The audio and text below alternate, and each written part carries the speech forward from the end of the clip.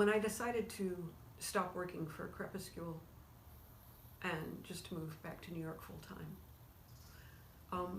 and eventually Michelle joined me, and we were walking around one day, and I had this epiphany crossing Delancey, and I said, we should take those songs that I know from, because I grew up with them, those old traditional American ballads, and try doing those with some modern arrangements, more bigger rhythm sections. I didn't think the songs would stand up to it, because the songs they're so verbose, and usually, especially at that time, when you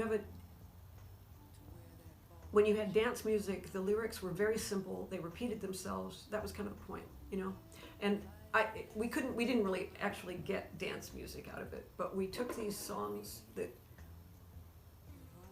the first three I think were St. James, Infirmary, Streets of Laredo,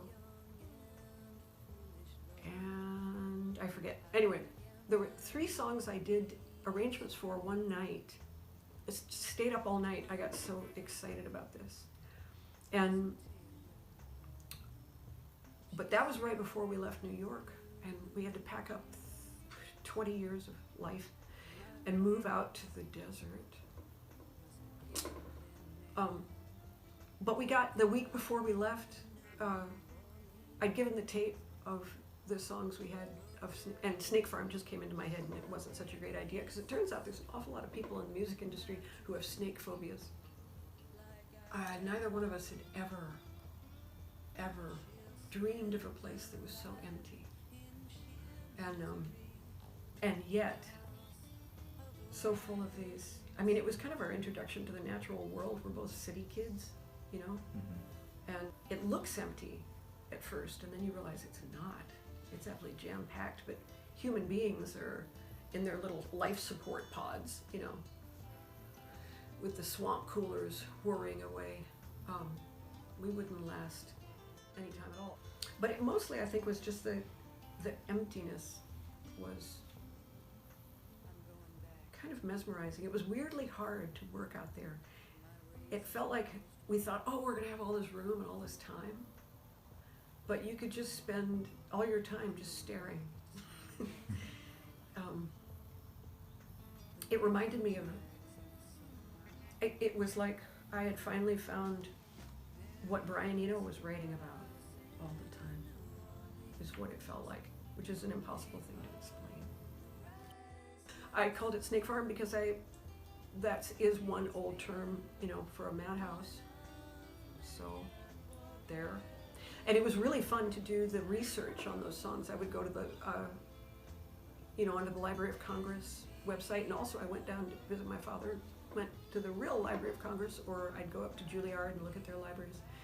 Or I went down to the Ozarks, where my mother's family's from, and they have a wonderful arts and crafts center near Mountain View, I think it is. And they have a whole library there, and the guy who works there, the docent that worked at the library, he had his pants held up with string and tape holding his glasses together, and he knew where every murder ballad was in that library without having to look. He just started hauling them out. And once you start looking at all of these murder ballads, which would have been the name of the first record, but I have a friend who's in Nick Cave's band, and Nick Cave had just started working on the murder ballads, so I couldn't, and he did still, never mind. But not that he would have noticed. But anyway, you begin to realize that there are a lot of verses that repeat in different songs that turn up again. It's folk music. That's what happens. People are singing these songs, for centuries, right, without writing them down. A lot of the songs came originally from the UK as street ballads, and then sat around in the Appalachians for a long time. But the most striking thing is how many of them are about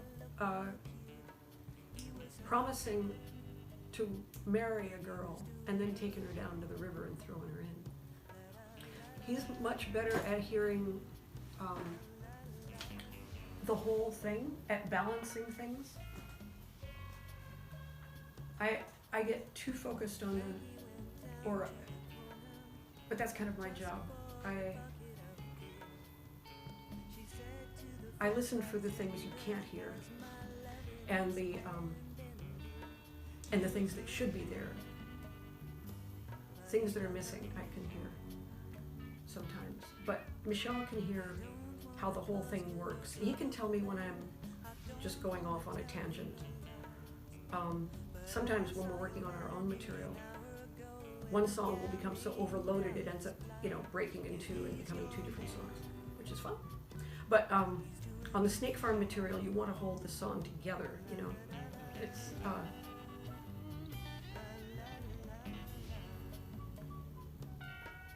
and he's, he does computer programming for a living, so he can keep up with these music recording programs that they move so quickly, they change so fast. Every upgrade is just a nightmare for me. But we balance each other out. And Frankie drew back her kimono and took out her